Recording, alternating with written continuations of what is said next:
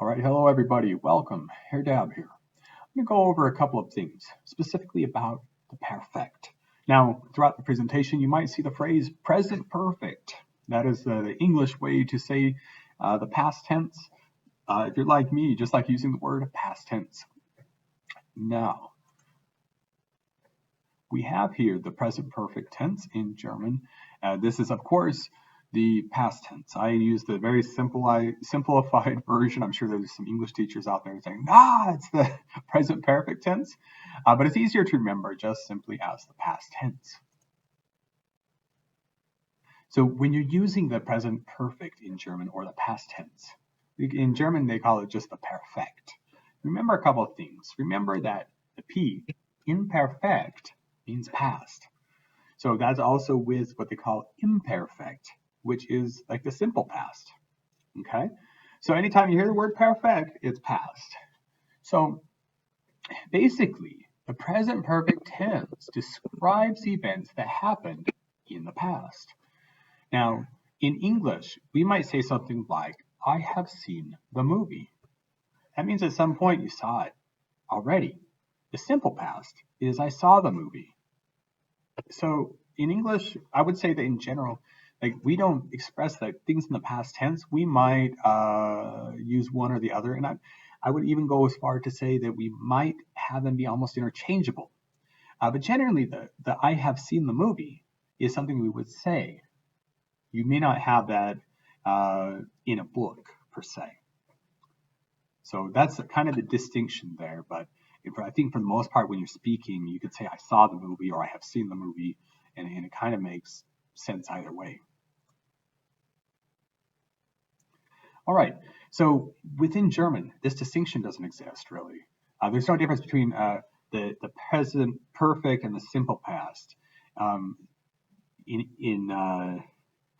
So basically, as far as the meaning goes, so the present perfect or the perfect is used in speaking. So today we're going to be focusing on the speaking aspect of this.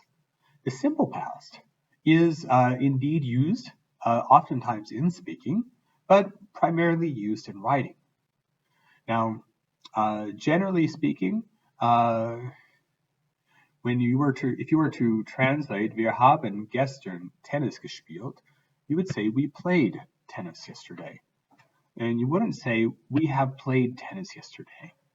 So this is a very important thing. Normally, when we translate this, we just put the ED on something, and we default to what the Germans might call the simple past.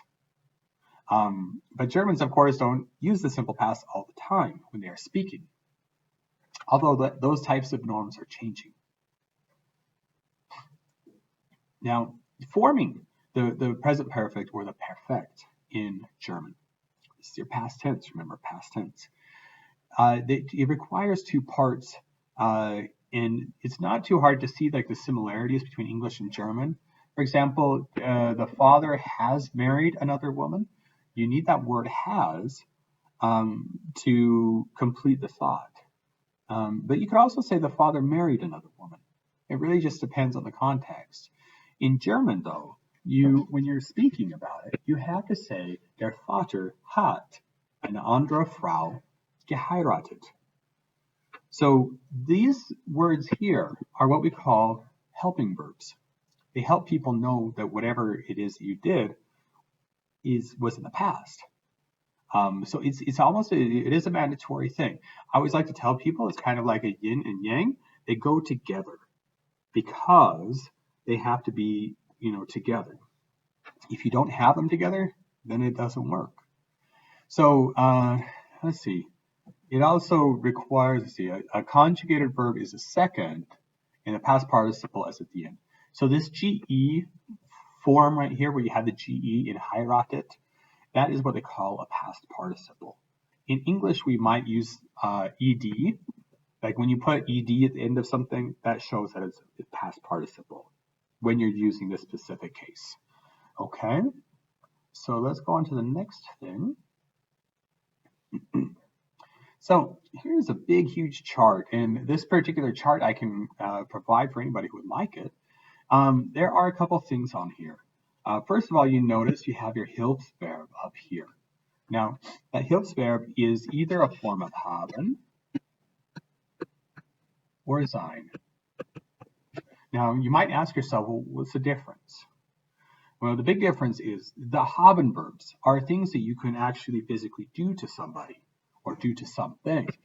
If you aren't able to do something to somebody or something, then it can be a sein verb. Okay, so you have two different types. One that you have to say, ich habe meine Frau geheiratet, or sein verbs like ich bin gegangen. Okay, so imagine this. If I can, let's see, wrong one. Okay, imagine this. See my little guy? He's exerting some sort of action onto that box. Okay, these are haben. So haben verbs are things like ich habe das Essen gegessen.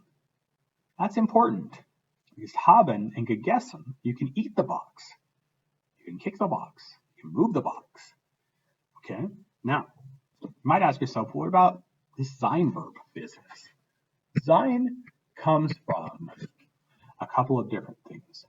I would say that the number one thing is that sein implies movement.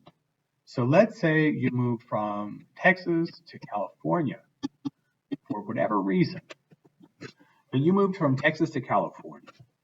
Now, that would be ich bin nach California gegangen. Okay?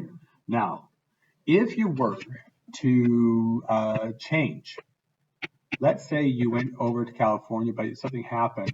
You changed, I don't know, you turned into a dragon. Okay, I don't know, for whatever reason, you turn into a dragon. And you would say, ich bin eine Drache geworden. Okay, you say ich bin. Okay, so this is what we call, these two, I like to call them change of state. Okay, change of state, in that you either change your state or your location, or you transform into something.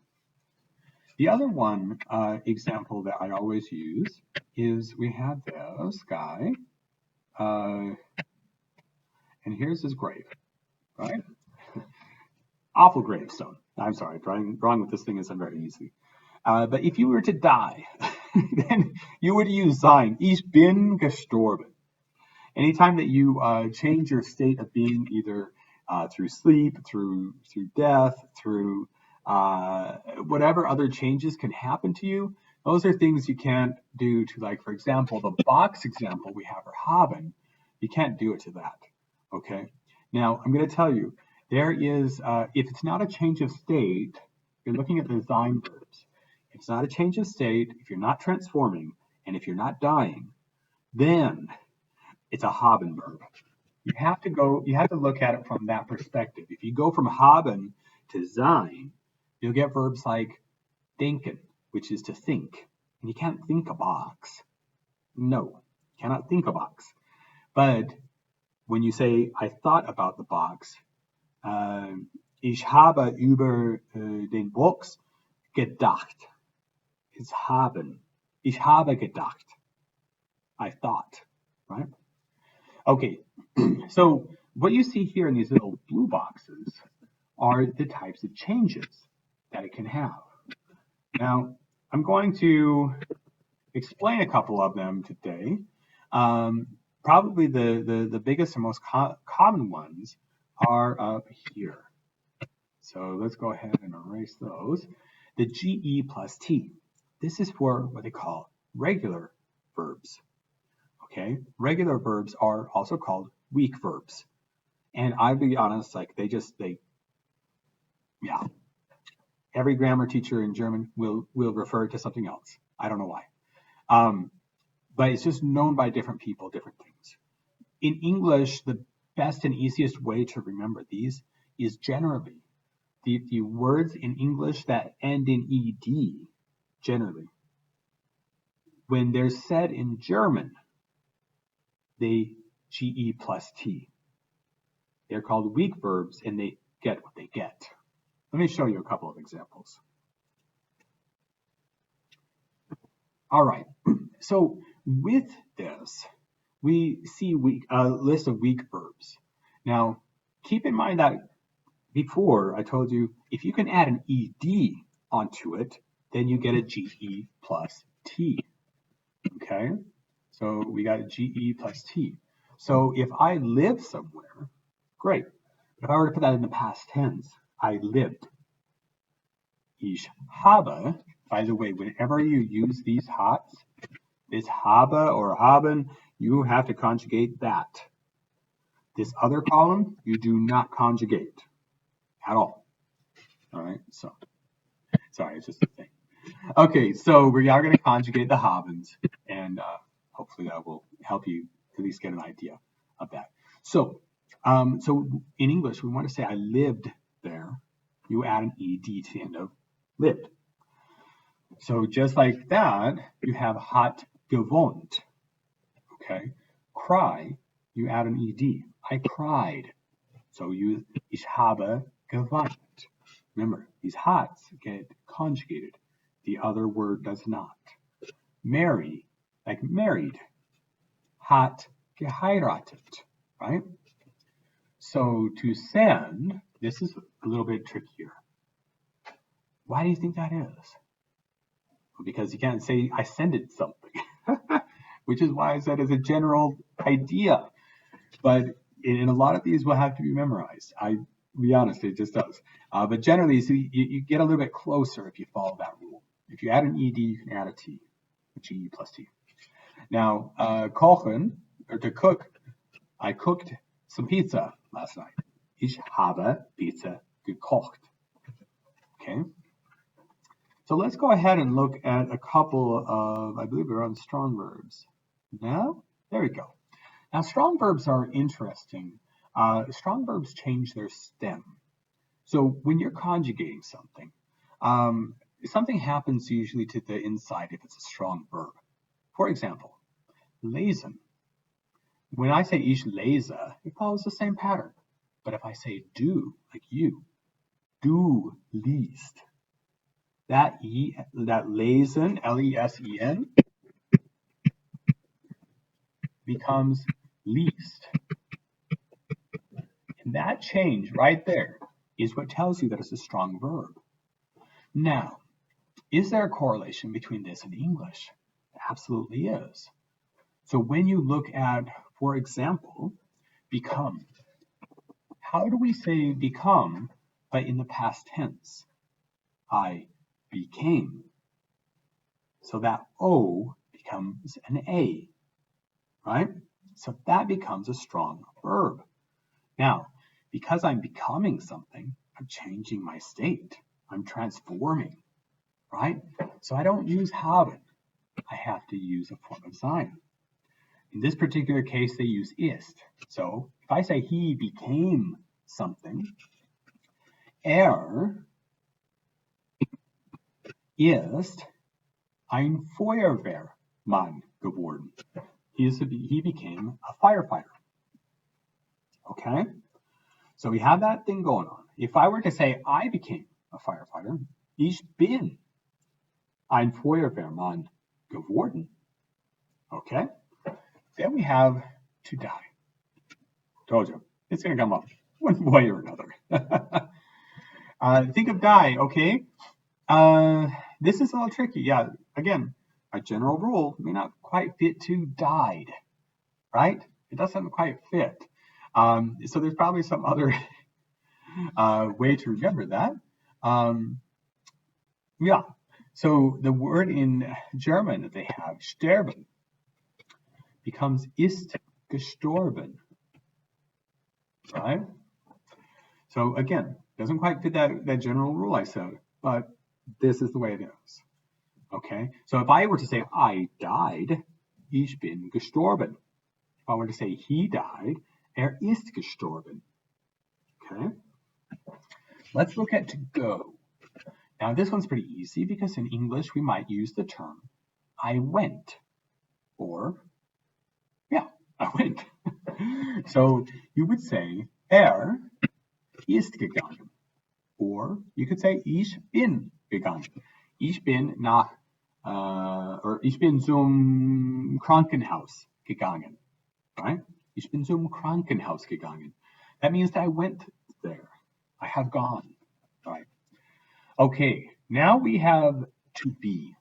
Now, this is a little bit tricky because honestly, and it drives me crazy when they put this in here. However, it is the way it has to be. Okay, so let's look at this real quick. How do you say to be? Say I was. In German, they say ich war. So they might say ich war bei der Armee. I was in the army.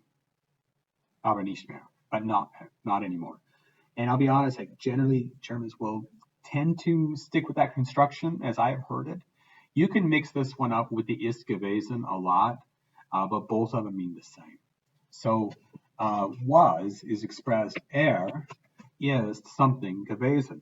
Like he was something. But this also references to like a more near time frame. So something that you might be able to do, ist spät gewesen. And again, when would you say he was late? Maybe if you were talking about your buddy who was late to class and you say, ist spät gewesen, and you would continue on with your story. Okay, so again, because this language that we're using now is for speaking, not necessarily for writing. Okay, the next one is to give. Now, to give, think about it in English. How would you say that you already, what would you do? You gave it to somebody, right? Gave. So give is given. Okay, but when you want to say I gave somebody something, ich habe etwas gegeben. Ich habe mein Auto gegeben. I gave my car, right? So the other one here, to wash. Now in English, of course, you can say I washed the dishes, right? Sometimes though, it doesn't, it doesn't work that way in that same rule. So you could say ich habe das Geschirr gewaschen. Okay. So these are some verbs here that change, and hope you get an idea of what the difference is between strong and weak. There are verb charts out there that talk about this, and you'll see when like past participle, you'll see this. The main thing is that generally verbs will get a GE, but sometimes they don't. Honestly, like studieren becomes ich habe studiert. So there'll be a couple of changes, but just be prepared to see that. The one thing that I will say that they have in common is the sein verb or the haben verb. Those will always stay right there. Now, if you're going to form the perfect, again, remember, you need a couple things. You need a form of haben or sein, and then you need a past participle. What's that here now? It's either a G-E-T or it's a G-E-E-N, or sometimes it's just a T. That's a T, not a 4. Alrighty, so that is how we form them. So let's go ahead and take this to the next level and see how well we can do. Okay, so for Nummer 1, I won't go through all of them. That would be kind of boring. Go through the first 5 and give you an idea of how easy it can be. Als Kind. Okay, we got lieben. So we want to say that he loved the game. Esgi is the name of the person. This is what we call a Deutsch als Fremdsprache worksheet. Okay, so als Kind, hat. You would use hat. Esgi nur das Spielen geliebt. Right? Hat geliebt. Okay, let's look at the next one. Früher, earlier, rauchen. We're going to use rauchen, which means to smoke. Früher hat Burku sehr viel geraucht. Right? Okay. Now this gets a little bit tricky with haben. Auf der Geburtstagsparty hat Max und Sarah viel Spaß gehabt. So as you can see, we got some form of haben sein, and I think if we just keep going, the sein verbs are on this particular practice. But you get to see what we have here is you have the two components of that. When you talk in the past, or when you're identifying something in the past, or somebody's telling a story in like an article, but they're the ones speaking, they're going to use this language. So that's how you identify it. The biggest giveaway is the GE. The second biggest giveaway is the haben sein. So that's basically it. I hope that this was a help to you for kind of understanding the perfect a little bit more. And of course, we'll get into it a little bit more down the road.